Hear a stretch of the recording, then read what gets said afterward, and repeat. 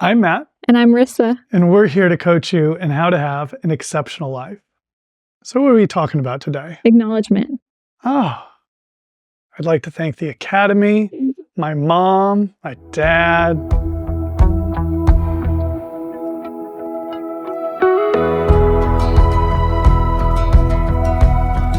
So acknowledgement. Mm-hmm. What's the difference between acknowledgement and thanking somebody? I think that's a great place for us to start. Yeah. So thanking them is something happened and you are referencing that and thanking them for that specific thing. Acknowledgement doesn't have to be for a specific action and then acknowledging it. It could just be, I want to acknowledge you for the impact you have on my life or who you are, who you show up for me. And then also acknowledgement is often talking about who they are to you, who you're creating them as for yourself. Yeah, that's beautiful, right? We conflate acknowledgement and thanking somebody quite often. And acknowledgement can very much include thanking somebody, but they are distinct things. And you said it beautifully. When we thank somebody, we are thanking them for a past action. Even if what we're thanking them for is committing to do something in the future, yes, I will be happy to help you move next week. We're thanking them for having said the thing, right? Thanking is based on the past. Acknowledgement is from the future, right? Who is this person as a person? Who are we creating them as? And I loved how you said it. It's an actual creation. It's creating from nothing. And is acknowledging people difficult, or is that something you find to be pretty easy? Me? I love acknowledging people. Yeah. I love being acknowledged. It's one of my favorite things. I've also worked on it for a decade plus in trying to become more facile with it. In my experience, for most people, acknowledgement is tough. People find it hard often to tell somebody why they matter to you, right? It's not a big deal for me to say, hey, thanks for picking me up for the airport. But for me to say, thank you for being somebody who so values their friends that they're willing to sacrifice for them, it really means a lot to me to be able to be one of those people that gets to have you in my life. That feels harder for most people than, thanks for coming and getting me. I appreciate it. Sorry it's so late. Yeah, it's definitely like a much more vulnerable experience to say that to someone. And it might also feel very vulnerable for them to hear that. I know it's hard for me to hear acknowledgement, even if I want to, and that can be tricky. Absolutely. Absolutely. Going back to our conversations about machinery, which you can find in another video, we have preconceived notions about who we are. And when people challenge that, we have a reaction to it quite often. So if we don't see ourselves as generous and somebody acknowledges us for our generosity, or if we don't see ourselves as somebody who is powerful and somebody acknowledges us for the difference that we've made in their life, it can be quite common for us to want to deflect or, oh no, or, and we'll talk more about this when we talk about generosity, but being able to let in an acknowledgement can be very difficult. One of the assignments that I give to my clients, and we'll talk about at the end of this so that, our viewers can take it on, is actually going out and requesting acknowledgement. And it is by far the least completed homework assignment that I can give, to the point where it's now just a bonus assignment because I didn't want to have conversations anymore about why people didn't do the assignment. But going out and asking for acknowledgement for so many people triggers, I'm needy, I shouldn't have to ask.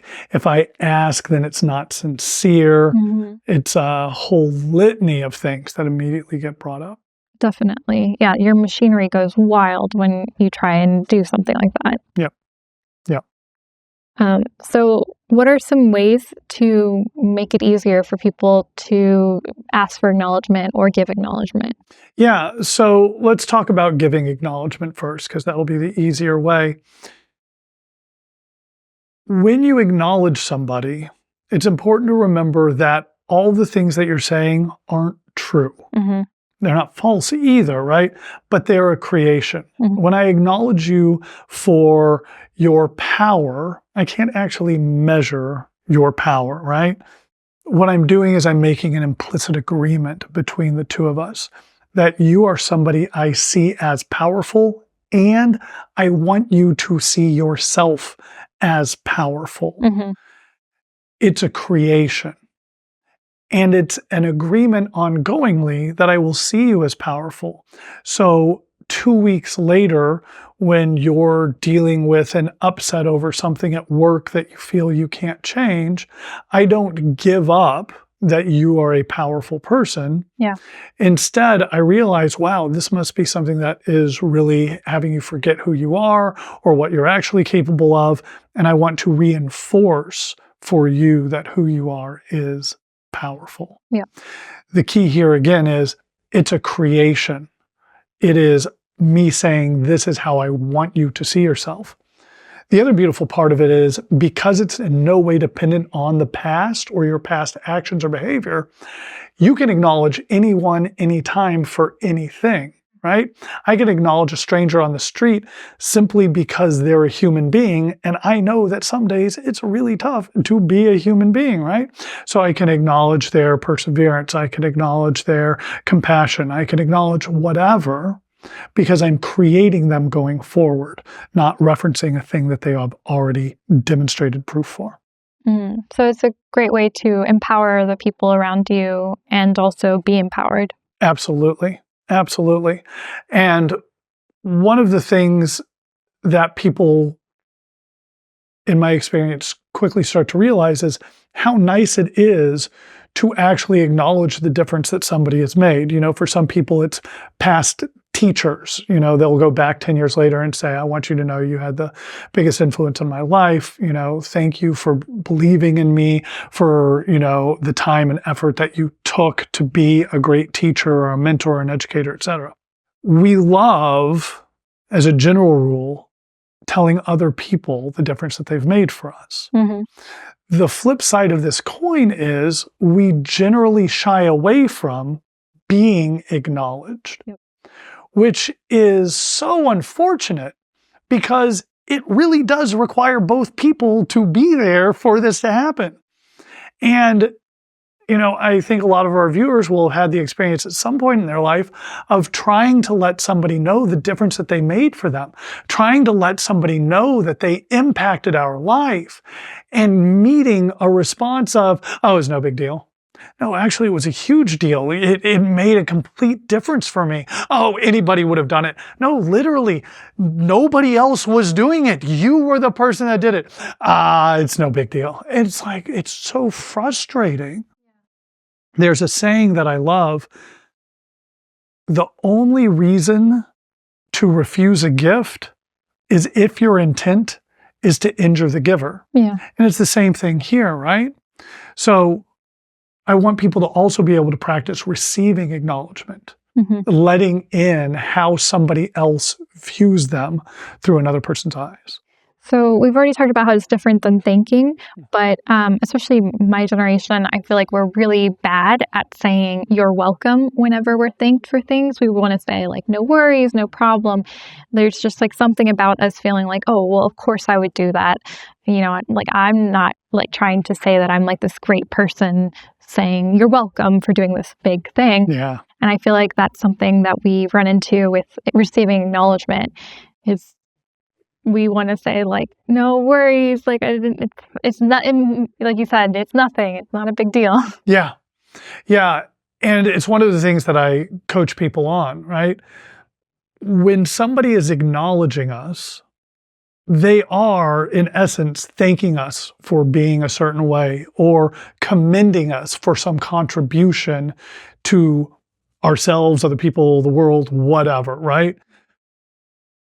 And we have words in English to let somebody know we heard them say thank you. Mm-hmm. It's you're welcome, right? But because we're also trained most of the time in society that if I say these nice things about you, your job is to immediately say nice things about me, right? It's a reciprocal thing. Mm-hmm. That we don't say you're welcome when somebody acknowledges us. Mm-hmm. We immediately try and give back the gift that we've been given. And I really want people to stop doing that.